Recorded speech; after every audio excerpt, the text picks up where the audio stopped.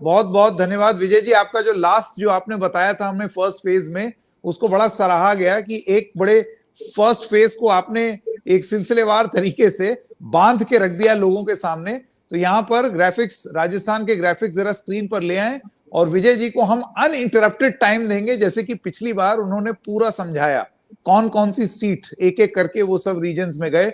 Vijay ji, the stage is yours. देखिए, दूसरे चरण में उतना मसाला नहीं है कांग्रेस के लिए जितना पहले चरण में मसाला था। एक तो हाँ। दूसरे चरण में 13 सीटों पर चुनाव हो रहा है और 7 सीटें बीजेपी की बिल्कुल 4 लाख के ज्यादा अंतर से जीती हुई थी। तो वो बिल्कुल सेफ, करीब 100% सेफ मानी जा रही है। अब बाकी 6 सीटों में बीजेपी में ज्यादा घबराहट है, थोड़ी सी बेचैनी मुझे ज्यादा दिखती है। कांग्रेस मतलब बीजेपी की आशंका और बीजेपी कांग्रेस की संभावना के बीच में ये 6 सीटें झूल रही हैं। लेकिन इन 6 में से 3 सीटें बड़ी इंटरेस्टिंग हो गई हैं अचानक से।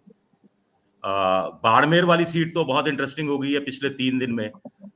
जो लोग नहीं जानते, कैलाश चौधरी बीजेपी की तरफ से हैं, कृषि राज्य मंत्री है, लगातार दूसरी बार चुनाव लड़ रहे हैं। उमेदाराम बेनीवाल कांग्रेस की तरफ से हैं, आरएलपी हनुमान बेनीवाल की पार्टी से लाए गए हैं। और रविंद्र सिंह भाटी जो निर्दलीय विधानसभा का चुनाव लड़े थे, उससे पहले बीजेपी में हुआ करते थे, वो लोकसभा का चुनाव लड़ रहे हैं और बड़ा इंटरेस्टिंग चुनाव हो गया है। कुछ समय पहले कहा जा रहा था कि कैलाश चौधरी सीधे सीधे तीसरे नंबर पर चल रहे हैं। फलोदी के सट्टा बाजार ने 90 पैसे 90 पैसे 90 पैसे तीनों का भाव रखा। अब 2 दिन पहले अचानक से कुछ मुस्लिम कांग्रेस के नेताओं का रुख रविंद्र भाटी के पक्ष में दिखाई दिया। और अगर राजपूत प्लस मुसलमान एक हो जाता है तो रविंद्र भाटी बहुत अच्छी स्थिति में आ सकते हैं चुनाव जीतने की स्थिति में, क्योंकि बाकी 2 जाट वोट तो दोनों के बीच में बटेंगे। और जो जाट कुछ दिन पहले तक 80% कांग्रेस के खाते में जाता दिख रहा था, अब कल की एक घटना हुई है, बड़ी दिलचस्प घटना, जिससे कैलाश चौधरी अचानक बिल्कुल 1 नंबर पर तो मुझे नहीं लगता ये कहना ठीक रहेगा, लेकिन तीसरे नंबर से बहुत ज्यादा उछल कर आगे हैं। और हनुमान बेनीवाल ने कह दिया कि साहब, हरीश चौधरी और जो लोग हैं जो उमेदवार को छीन कर ले गए थे बायतू से, बीजेपी कांग्रेस के एमएलए हैं वो हरीश चौधरी, और पुरानी खुंदक है दोनों के बीच में। एक बार हमला भी हुआ था 2019 या 2020 में हनुमान बेनीवाल के समर्थकों पर, हनुमान बेनीवाल पर उसका आरोप भी लगाया गया था तब हरीश चौधरी पर। तो हनुमान बेनीवाल का कहना है कि बाड़मेर के स्थानीय आरएलपी के नेताओं ने फैसला किया है कि वो कैलाश चौधरी को वोट देंगे, तो मैं इस पचड़े में नहीं फंसना चाहता। यानी साफ साफ उन्होंने अब जो स्थानीय कार्यकर्ता या स्थानीय नेता आरएलपी का है उसके फैसले का स्वागत ही कर दिया है। दूसरा, नागौर में मुझे सहयोग नहीं मिला, नागौर में हरीश चौधरी ने मेरे पक्ष में वोटिंग नहीं कराई। तो क्या ये मानकर चला जाए कि हनुमान बेनीवाल नागौर में भी चुनाव हार रहे हैं फर्स्ट फेज का? एक चीज ये तो, यानी हम तो डूबेंगे सनम, तुम्हें भी ले डूबेंगे, मैं तो हार ही रहा हूं, तो मेरी पार्टी से गया हुआ उमेदवार बाड़मेर में आखिर क्यों जीत जाए? या फिर वो दोस्ती निभा रहे हैं कैलाश चौधरी से पुरानी, लेकिन कुछ लोग कह रहे हैं कि कहीं यारी दोस्ती के चक्कर में रविंद्र सिंह भाटी का भला ना हो जाए। तो कास्ट इक्वेशन सारा इतना इस कदर उलझ कर रह गया है कि अगर 40 45 50% मुसलमान अगर रविंद्र सिंह भाटी के साथ चला गया तो कांग्रेस की मुश्किल बढ़ती है, और अगर जाट उतनी बड़ी संख्या में कांग्रेस से नहीं जुड़ा तो भी कांग्रेस की मुश्किल बढ़ती है। हालांकि इससे सीधा फायदा कैलाश चौधरी को आज की तारीख में मेरे हिसाब से होता दिख नहीं रहा। तो बड़ा इंटरेस्टिंग है, बड़ा कंफ्यूजिंग है, जलेबी टाइप बन गया है मामला पूरा का पूरा। बांसवाड़ा डूंगरपुर की बात करें तो राजकुमार रौत भारतीय आदिवासी पार्टी से है, कड़ी टक्कर दे रहे हैं। हॉकी की स्टिक और गेंद उनका चुनाव चिन्ह है, तो गोल करने में कामयाब होंगे नहीं होंगे ये कहना मुश्किल है। लेकिन 2 और कैंडिडेट राजकुमार के नाम से ही खड़े हो गए हैं, और उन एक का बल्ला है। अब आदिवासी क्षेत्र में हॉकी और बल्ले में भेद करना कितना कितना आसान है, और एक का वॉकिंग स्टिक है, छड़ी है। अब वॉकिंग स्टिक को उल्टा कर दो तो हॉकी जैसी लगती है। तो ये अपने आप में बड़ा इंटरेस्टिंग है। महेंद्रजीत सिंह मालवीय कांग्रेस से गए थे, बीजेपी ने टिकट दिया, तो बीजेपी के भी कुछ स्थानीय कार्यकर्ता नाराज हैं कि बाहर का आदमी आकर बैठ गया, सीट ले गया।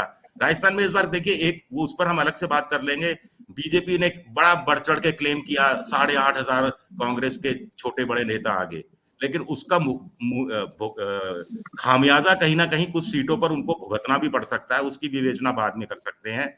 लेकिन कांग्रेस का अरविंद डामोर के पक्ष में कुछ नहीं होने वाला, ऐसा मोटे तौर पर कहा जा रहा है।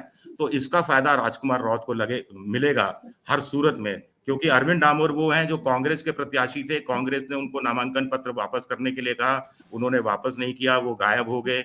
अब वो चुनाव मैदान में है, लेकिन पार्टी 6 साल के लिए निष्कासित कर चुकी है। तो ये दिलचस्प चीज है। तो मेरे ख्याल से वहां राजकुमार राउत को थोड़ा एज है। और बाकी टोंक सवाई माधोपुर में भी हरीश मीणा जो कांग्रेस की तरफ से सचिन पायलट के समर्थक हैं, वो चुनाव लड़ रहे हैं। वहां पर भी कांग्रेस को थोड़ा सा एज बताया जा रहा है, खास तौर से सुखबीर जौनपुरिया का 10 साल में कम क्षेत्र में आना, जो बीजेपी के हैं, मूल रूप से दिल्ली के हैं, गुरुग्राम साइड में शायद कहीं रहते हैं, और वो थोड़ा अक्खड़, वो स्वभाव उनका इस बार रहा, पत्रकारों से भी उलझ गए, इधर उधर भी उलझ गए। तो फिर कोटा की सीट है। कोटा की सीट इंटरेस्टिंग अचानक से हो गई है, क्योंकि प्रहलाद गुंजल बीजेपी से गए, गुर्जर नेता हैं, सचिन पायलट के समर्थक हैं। इससे पहले ओम बिरला वन साइडेड जीतते रहते थे, कोई दिक्कत ही नहीं आती थी। ओम शांति का नारा वहां चलता है कि विधानसभा चुनाव में शांति धारीवाल की मदद वो कर देते थे, और लोकसभा चुनाव में शांति धारीवाल मदद कर देते थे ओम बिरला की। इस ओम बार भी शांति। हाँ। पर्दे के पीछे की कहानी तो यही चल रही है। पीछे की कहानी तो यही चल रही है, जिसका फायदा ओम बिरला को, लेकिन ओम बिरला फंसे हुए हैं। पूरा टाइम वो बाहर भी नहीं निकल पाए। अब स्पीकर थे तो क्षेत्र में कम आना होता था, क्षेत्र में भी आते थे तो कम समय के लिए आते थे, तो शहरी क्षेत्रों में घूम के चले गए। गांव का वोटर थोड़ा नाराज है, उनको लग रहा है कि प्रहलाद गुंजल 24 घंटे उपलब्ध रहते हैं, और अगर वहां पर मुस्लिम वोट भी ठीक ठाक है, मीणा वोट भी ठीक ठाक है, गुर्जर भी ठीक ठाक है, और वैश्य समाज का वोट भी अगर प्रहलाद गुंजल को मिलता है अगर, तो कुछ स्थिति बन सकती है। हालांकि वहां के कुछ पुलिस प्रशासन के जो बड़े अधिकारियों से मेरी बात हुई, उनका तो कहना है कि कुछ भी, मतलब नतीजा चौंकाने वाला हो सकता है। आप समझ सकते हैं वो कहने की क्या कोशिश है। बाकी चित्तौड़गढ़ में सीपी जोशी मुझे लगता है निकाल जाएंगे आसानी से। सीपी जोशी कांग्रेस वाले भीलवाड़ा में मुझे लगता है पिट जाएंगे आसानी से। वहां भीलवाड़ा में बीजेपी, राजसमंद में बीजेपी, साफ साफ बीजेपी लगती है। महिमा कुमारी राजघराने की हैं, उनके पति, ऐसा बीजेपी में होता नहीं था। मेवाड़ राजघराने के जो विश्वराज हैं, उनको कांग्रेस, वो बीजेपी में शामिल होते हैं पिछले विधानसभा चुनाव से ठीक पहले, और राजसमंद की जो सीट है विधानसभा की नाथ द्वारा, वहां से उनको विधानसभा का चुनाव लड़ाया जाता है, वो जीतते हैं। उसके बाद उनकी पत्नी को, महिमा कुमारी को, बीजेपी लोकसभा का टिकट दे देती है। दिया कुमारी पिछली बार वहां 5.5 लाख वोटों से जीती थी। कांग्रेस में भी दामोदर गुर्जर हैं, उससे पहले सुदर्शन रावत थे, जिनको टिकट दिया, जो भाग गए और कहा कि मैं व्यापार करने में ज्यादा मेरा इंटरेस्ट है, चुनाव नहीं लड़ना चाहता। दामोदर गुर्जर भीलवाड़ा में थे, भीलवाड़ा से शिफ्ट करके उनको भेजा गया राजसमंद में। दामोदर गुर्जर सवाई माधोपुर के हैं, सवाई माधोपुर से टिकट मांग रहे थे। तो इतना सब जलेबी टाइप बनती रही, ऊपर नीचे होता रहा कि वो सीट मतलब दामोदर गुर्जर प्रचार तक नहीं कर पाए। आप समझ लीजिए कि क्या स्थिति है वहां पर। इसी तरह उदयपुर में 2 प्रशासनिक अधिकारियों के बीच में मुकाबला है। बीजेपी कांग्रेस की तरफ से, मैं नाम भूल गया, मीणा है जो कि आईएएस अधिकारी रहे, और बीजेपी की तरफ से भी एक वहां के आरपीएस स्थानीय अधिकारी हैं, मैं ताराचंद मीणा, पूर्व आईएएस अधिकारी तो कांग्रेस के हो गए, और हाँ मन्ना लाल रावत है बीजेपी के, और नया चेहरा है, लेकिन वो भी मजबूत बताए जा रहे हैं। वैभव गहलोत, हाँ ये सीट तो हम भूल गए, जालोर वाली सीट। मुख्यमंत्री अशोक गहलोत के बेटे चुनाव लड़ रहे हैं, वैभव गहलोत, और बहुत पिछड़ रहे थे, पिछले कुछ दिनों रिकवर किया, थोड़ा सा टक्कर में आते हुए दिखाई दिए, लेकिन बम फोड़ दिया कुल मिलाकर। उन्हीं के ओएसडी, अशोक गहलोत के पूर्व ओएसडी लोकेश शर्मा ने ये कहकर कि अशोक गहलोत ने जासूसी करवाई थी और कुछ इस तरह के आरोप लगाए। तो बीजेपी ने वहां पर उनकी व्हाट्सएप यूनिवर्सिटी ने फैला दिया कल से कि बस 2 दिन में गहलोत जी जेल में जाने वाले हैं, 2 दिन में वैभव गहलोत जेल में जाने वाले हैं। तो ये माहौल बनाने की कोशिश की है, जिसका पहले से भी फायदा मिल रहा था कांग्रेस बीजेपी के जो वहां पर लुम्बा राम चौधरी हैं, जमीन से जुड़े हुए हैं, किसान हैं, इजराइल भी गए थे वो, मतलब क्या कहते हैं प्रोग्रेसिव किसान हैं, तो इजराइल भी गए थे, वहां बूंद बूंद सिंचाई की टेक्निक सीख कर आए, संघ से बहुत हम्म। जुड़ाव है।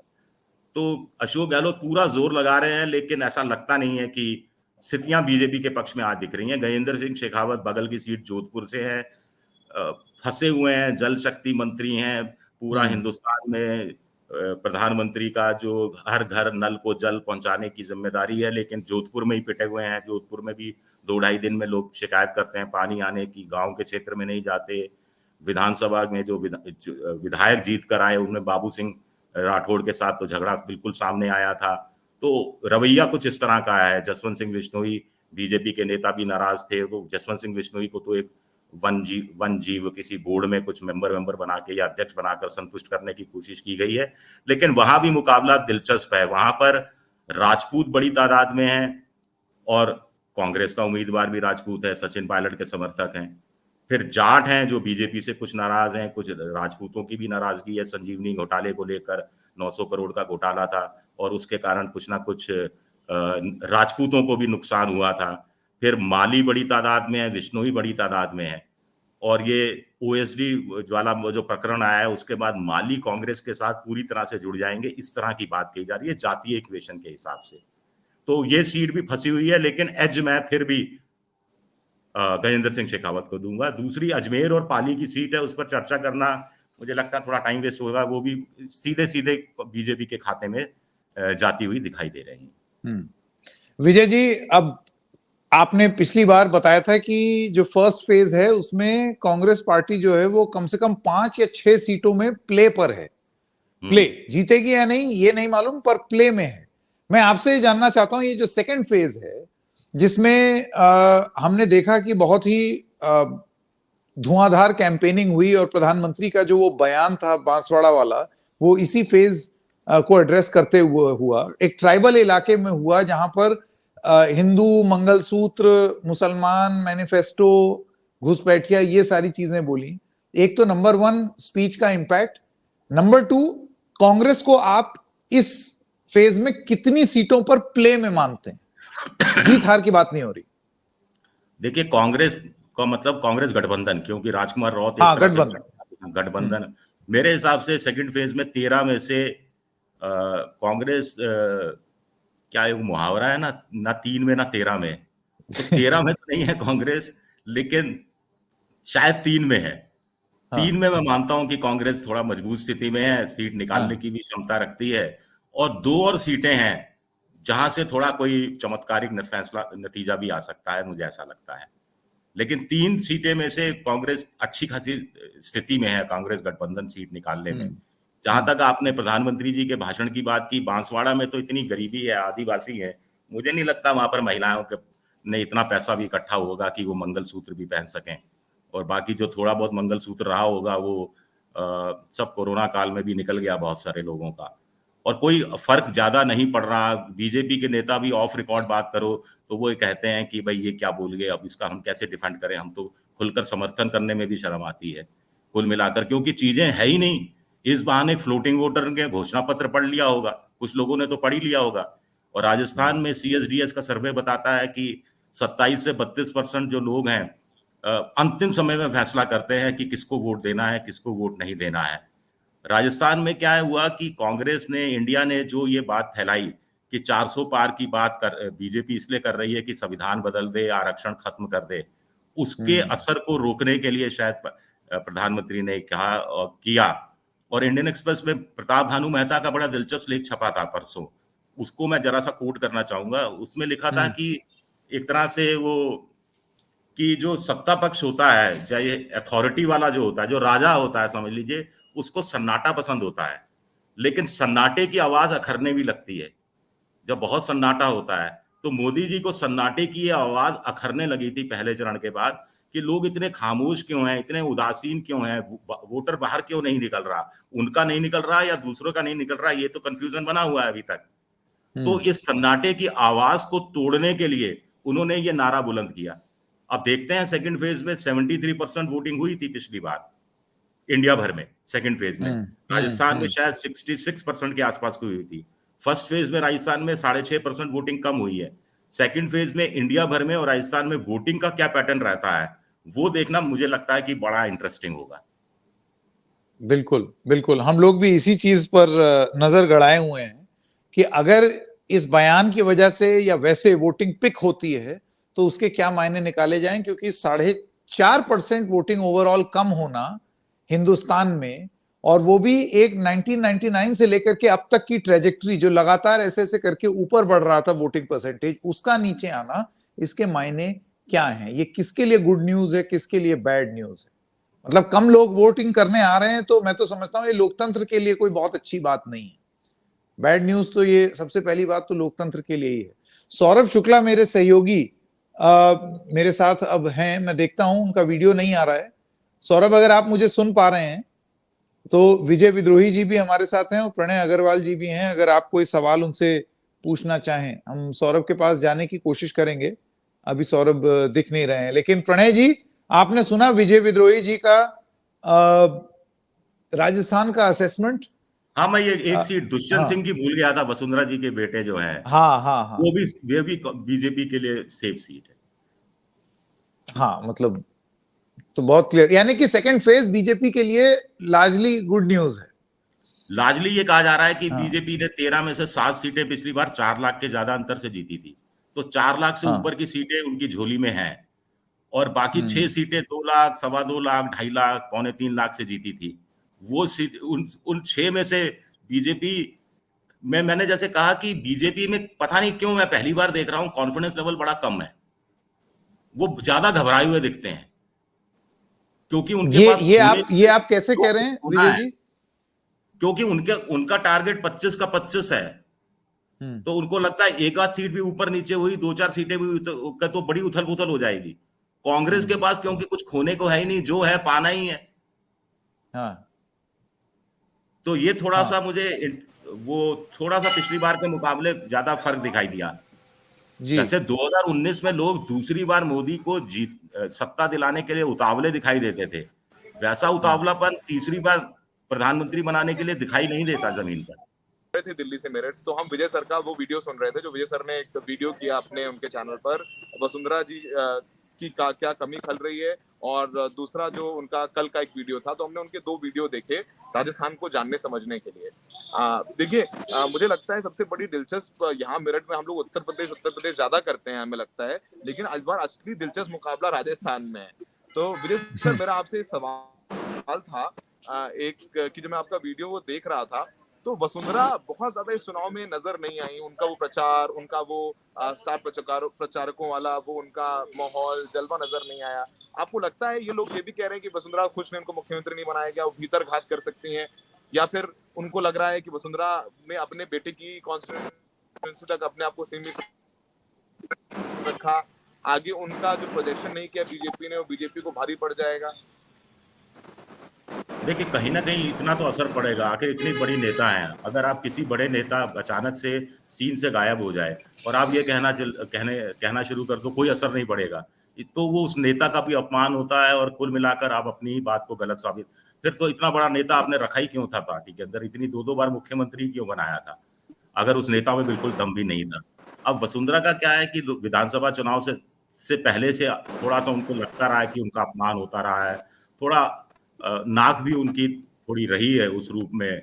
हम जानते हैं कि किस तरह से वो अधिकारियों को ट्रीट करती रही, नेताओं को ट्रीट करती रही। जब उनकी चलती थी, पार्टी के दफ्तर भी नहीं जाती थी, लोगों से नेताओं से कहती थी घर आ जाइए, घर पे बैठ के बात कर लेंगे। लेकिन बाद में जब वो सिस्टमैटिक तरीके से विधानसभा चुनाव में उनके समर्थकों के भी टिकट काटे गए, फिर सबसे बड़ा अपमान तो मेरे को लगता है ऐसा हुआ कि उनके हाथ से पर्ची खुलवाई गई जिसमें भजन लाल शर्मा का था, और वो पूरी दुनिया ने ऑन रिकॉर्ड कैमरे पर देखा। आप देखिए, शिवराज सिंह चौहान के हाथ से पर्ची खुलवाई गई थी, वो रिकॉर्डेड, वो उसका वीडियो नहीं था, डायरेक्ट लाइव नहीं आ रहा था, और छत्तीसगढ़ वाला भी लाइव नहीं आ रहा था, लेकिन यहाँ आया तो वो बड़ा अपमानजनक था। फिर लोकसभा चुनाव में भी राहुल कसवा और जो राजेंद्र राठौड़ के बीच में जो झगड़ा हुआ, वो राहुल कसवा मोदी के ये वसुंधरा समर्थक ही हैं। अब ये जो प्रहलाद गुंजल जो कांग्रेस में चले गए हैं, जो जिनका टिकट कटा, जहां से वो चाह रहे थे वहां नहीं दिया पार्टी ने, वो भी वसुंधरा समर्थक बताए जाते हैं। और सबसे बड़ी बात है जो मैंने अपने वीडियो में भी कहा था कि ऐसे बड़े नेताओं की जो नाराजगी होती है वो कहीं ना कहीं इस रूप में असर डालती है कि मोदी जी हर रूटीन के काम के लिए तो जयपुर आ नहीं सकते, ना अमित शाह आ सकते हैं। उनका चेहरा बिकता है, उनका सब कुछ बिकता है, उनकी विचारधारा बिकती है, सब कुछ है, लेकिन छोटे मोटे झगड़े, छोटे मोटे मतभेद, छोटे मोटी नाक की लड़ाई, छोटा मोटा दूसरे पुरानी कुछ बातें, गिले शिकवे, ये क्या स्थानीय छत्रप दूर करते हैं और 5 साल लगातार दूर करते रहते हैं। किसी के जन्मदिन पर गए, पोते की शादी में चले गए, वहीं कुछ बातें कर दी, मरण में भी, कब्रिस्तान में भी, शमशान में भी जाके 2-4 बातें साइड में खड़े होकर कर दी, भाई क्या नाराजगी है। तो ये चीजें कहीं ना कहीं फिर चुनाव में कहीं ना कहीं चीजें असर डालती है, जातीय समीकरण बदलते हैं, बिगड़ते हैं, सोशल इंजीनियरिंग बिगड़ती है। राजपूत देखिए राजस्थान में इतने लंबे समय तक बीजेपी को वोट देते रहे, इस बार क्यों बेचैनी है, क्यों थोड़ी सी बीजेपी खेमे में, जाट क्यों बिदक रहे हैं, गुजरों ने क्यों पिछली बार सचिन पायलट के कारण चले गए थे, इस बार भी सचिन पायलट जहां जहां से चुनाव लड़वा रहे हैं वहां गुजर ठीक तादाद में कांग्रेस को वोट देते हुए फिर दिखाई दे रहे हैं, क्यों ऐसा हो रहा है। तो ये बड़ा नेता ये सारी चीजें 5 साल संभाल कर रखता है और सुलझाता चलता है मामले, क्योंकि उसको मालूम है कि मेरे को ही अंततः सत्ता मिलनी है, मुझे ही अंततः आना है, तो मुझे अपने लोगों को, अपने कुनबे को बचा कर रखना है अपने पास और प्यार मोहब्बत से सारी चीजें चलानी है। तो कहीं ना कहीं इसका असर होता है जो दिखता नहीं है। अब विधानसभा चुनाव बीजेपी 115 लाई, आज की तारीख में भी आप किसी बीजेपी नेता से कह दीजिए, वो आज की तारीख में कहेगा कि वसुंधरा होती तो 150 100% तय थी, 150 तय थी। तो ये कहानी सर मैं आपकी बात सुन रहा था। मेरा एक सवाल है सर, फिर मैं प्रणय जी से भी पूछूंगा। विजय जी, जितना मेरा अनुभव रहा राजस्थान में जा करके काम करने, तो दिन सचिन पायलट से बात हो रही थी फोन पर हमारी, तो सचिन पायलट ने कहा कि नहीं देखिए इस बार ना हमारा विधानसभा में भी जितना लोगों को लग रहा था, आप ही लोग कह रहे थे कि 30 सीटें नहीं आएंगी, 40 सीटें नहीं आएंगी, हमने अच्छा प्रदर्शन किया। अब हमारे पास खोने के लिए तो कुछ नहीं है, जो भी है वो पाने के लिए है। तो जैसे हरीश मीणा को लड़ा रहे हैं सचिन पायलट, सवाई माधोपुर से उनका कैंडिडेट, या जयपुर ग्रामीण से उनके एक समर्थक को टिकट दिया, तो तमाम सीटों पर, और कांग्रेस पार्टी ने भी सचिन पायलट का प्रोजेक्शन किया है उनका। मुझे लग रहा है सर, मुझे लग रहा है कि राहुल प्रियंका के बाद अगर किसी की सबसे ज्यादा रैली मांगी जा रही है उत्तर भारत में कैंडिडेट द्वारा, तो सचिन पायलट हैं। तो सचिन पायलट कितना बड़ा फैक्टर है राजस्थान में? नहीं, राजस्थान में बहुत बड़ा फैक्टर है। एक तो अशोक गहलोत ने अपने बेटे को चुनाव लड़ाकर मुझे लगता है स्ट्रेटेजिकली गलत किया, वो फंस कर रह गए, बंद गए वहां पर, इतना घूम फिर नहीं पाए, और इसका इसका पूरा खाली मैदान सचिन पायलट के लिए छोड़ दिया गया। दूसरा, चूंकि ये लोकसभा चुनाव है, विधानसभा चुनाव तो है नहीं, मुख्यमंत्री की लड़ाई तो है नहीं, तो सचिन पायलट भी अपने ज्यादा समर्थकों को टिकट दिलाने में कामयाब हुए और अशोक गहलोत की तरफ से भी कोई ऐतराज नहीं हुआ। 1-2 सीटों पर कुछ हुआ, बाकी को लेकर ज्यादा वो नहीं हुआ। और फिर अब दौसा की सीट देखिए, पहले दौर में अगर कांग्रेस जीती तो वो सचिन पायलट के खाते में जाएगी, और अशोक गहलोत भी आखिरी एक आध दिन में वहां का दौरा कर गए कि कुछ श्रेय उनको भी मिल जाए। अब और 2-4 सीटें और बात की जा रही हैं जो बहुत चर्चा में है, और उन सब में सचिन पायलट का दखल है, और सचिन पायलट गुर्जर वोटरों को गुर्जर मीणा का कॉम्बिनेशन दौसा में बनाने में कुछ हद तक कामयाब रहे हैं। टोंक सवाई माधोपुर में भी कहा जा रहा है कि मीणा, गुर्जर और जाट का एक कॉम्बिनेशन बन गया तो फिर हरीश मीणा जो सचिन पायलट के समर्थक हैं, उनकी जीत करीब करीब तय बताई जा रही है अगर ये गठबंधन इस रूप में बन जाता है। हालांकि गुर्जर वहां मीणाओं को वोट देना पसंद नहीं करते। अगर 20% ने भी दे दिया, 25% ने भी दे दिया, तो कांग्रेस, बीजेपी मुश्किल में फंस सकती है। तो ये सचिन पायलट को मौका मिला है और उस मौके का वो पूरी तरह से फायदा उठा रहे हैं, और डिमांड उनकी है ही। सबसे इंटरेस्टिंग बात है कि देखिए, वैभव गहलोत के प्रचार में नहीं गए वो। बार बार पत्रकारों ने पूछा तो बार बार उन्होंने कहा कि कैंडिडेट बुलाता है मैं वहां जाता हूं, या फिर एआईसी कहती है, एआईसीसी कहती है तो मैं जाता हूं, यानी कैंडिडेट ने बुलाया नहीं। अब अशोक गहलोत की नाक की लड़ाई हो सकती है, भाई खुद फोन नहीं करते, कैंडिडेट तो बेटा है, वैभव फोन कर देता। हाँ, वो साग की लड़ाई हो गई। सर मैं एक बात पूछ रहा था कि मैं शायद बात हुई, मैं मिस कर गया होऊंगा। प्रणय जी भी हैं हमारे साथ, स्वदेश जी भी हैं, संकेत जी भी हैं। सर एक मेरा सवाल था बाड़मेर सीट को लेकर के, इतनी चर्चा हुई है बाड़मेर सीट को लेकर के, रविंदर भाटी से हमने बात की, वहां से उमेद राम बेनीवाल भी हैं, और 2 दिन पहले वहां पर मुझे लग रहा है जिस दिन आखिरी दिन प्रचार का था, तो कांग्रेस के कुछ नेताओं ने कहा कि वहां है मुस्लिम वोटों का डिवीजन ना हो, तो उन्होंने इमरान प्रतापगढ़ी को, जो कांग्रेस के माइनॉरिटी सेल के हेड है, उनको भेजा था, और रैलियों में ठीक ठाक भीड़ आई। तो वहां तो बाड़मेर में सबकी रैलियों में भीड़ आ रही है, वहां पर रविंदर भाटी की रैली में भीड़ आ रही है, वहां पर उम्मीद राम बेनीवाल जो कांग्रेस के उम्मीदवार उनकी रैली में भीड़ आ रही है, बीजेपी के भी जो कैलाश चौधरी उनकी भीड़ आ रही है। थोड़ा बाड़मेर के बारे में सर हमें बताइए। रैलियों में भीड़ तो कोई पैमाना नहीं होता। निर्दलीय की रैली में भीड़ आए, निर्दलीय हेलीकॉप्टर लेकर घूमे तो थोड़ा सा हैरानी होती है। कुछ लोग उसको social media boy Ravindra Bhati को और हेलीकॉप्टर बॉय कहने लग गए हैं, और गांव की बूढ़ी महिलाएं भी कहती है कि हेलीकॉप्टर में घूमता है। तो उनको भी बड़ा गर्व हो रहा है कि हेलीकॉप्टर में घूमने वाला नेता है, और यंग लड़का है, 26 साल 27 साल उम्र है। बीजेपी ने तो इतना शानदार हीरा खो दिया है जो बीजेपी का था। खैर वो कहानी अलग है, लेकिन रैलियों से ज्यादा कास्ट इक्वेशन है। वहां देखिए राजपूत 3 लाख के आसपास है, वो रविंद्र भाटी के साथ पूरी तरह है। मुस्लिम वोट बड़ी संख्या में है, मेघवाल बड़ी संख्या में है। कांग्रेस का एक वक्त यह गठबंधन रहता था, सीधा सा हिसाब रहता था, जाट प्लस मेघवाल, मेघवाल यानी दलित, जाट प्लस मेघवाल प्लस मुस्लिम। अब वो कॉम्बिनेशन जहां जहां जब जब टूटा है, तब तक कभी बीजेपी को मौका मिला, कभी अब पहली बार निर्दलीय रविंद्र भाटी को मौका मिल रहा है, तो वो उसका फायदा उठा रहे हैं। अब मुस्लिम वोटों की बात की तो अमीन खान जो पुराने नेता है, साले मोहम्मद जो पुराने नेता हैं, उन्होंने खुलेआम ऐलान कर दिया कि साहब जो कांग्रेस के नेता हैं मुसलमान, कि रविंद्र भाटी को मुस्लिम वोट दें। अब उसका असर ज्यादा होगा या इमरान प्रतापगढ़ी जो अपने कुछ शेरो शायरी के लिए शायद ज्यादा चर्चित रहते हैं मेरे ख्याल से, उनके भाषण का असर ज्यादा होगा। और फिर मुसलमान क्यों जाएगा? पहली बात तो ये है कि जब इतना पोलराइजेशन हो रहा है, जिस राज्य में आकर प्रधानमंत्री ये कह जाए कि मंगलसूत्र हिंदुओं की औरतों का छीनकर मुसलमानों को दे दिया जाएगा, और वहां इतना हिंदू मुसलमान करने की कोशिश करे, वहां का मुसलमान कांग्रेस छोड़कर रविंद्र भाटी के साथ चला जाएगा, मुझे तो थोड़ी हैरानी है।